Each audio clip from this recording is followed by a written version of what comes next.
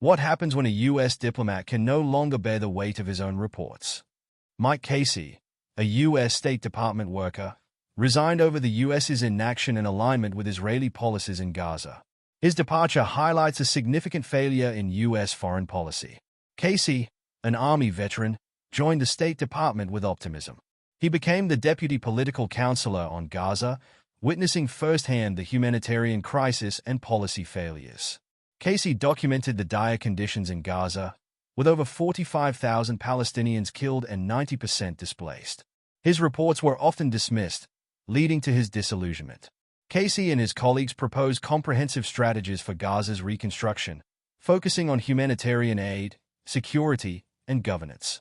These proposals were systematically rejected in favor of Israeli ideas. Casey's work involved daily updates on Gaza, which were often ignored. The Biden administration's approach, favoring Israeli interests, further frustrated him. Despite international interventions, the humanitarian crisis in Gaza continues. The Biden administration's response has been criticized for its lack of effective action. Casey resigned quietly, unlike other high-profile departures. He now reflects on the systemic failures of U.S. policy towards Palestinians and the personal toll it took on him. Casey's resignation is part of a broader trend of disillusionment among U.S. foreign policy staff.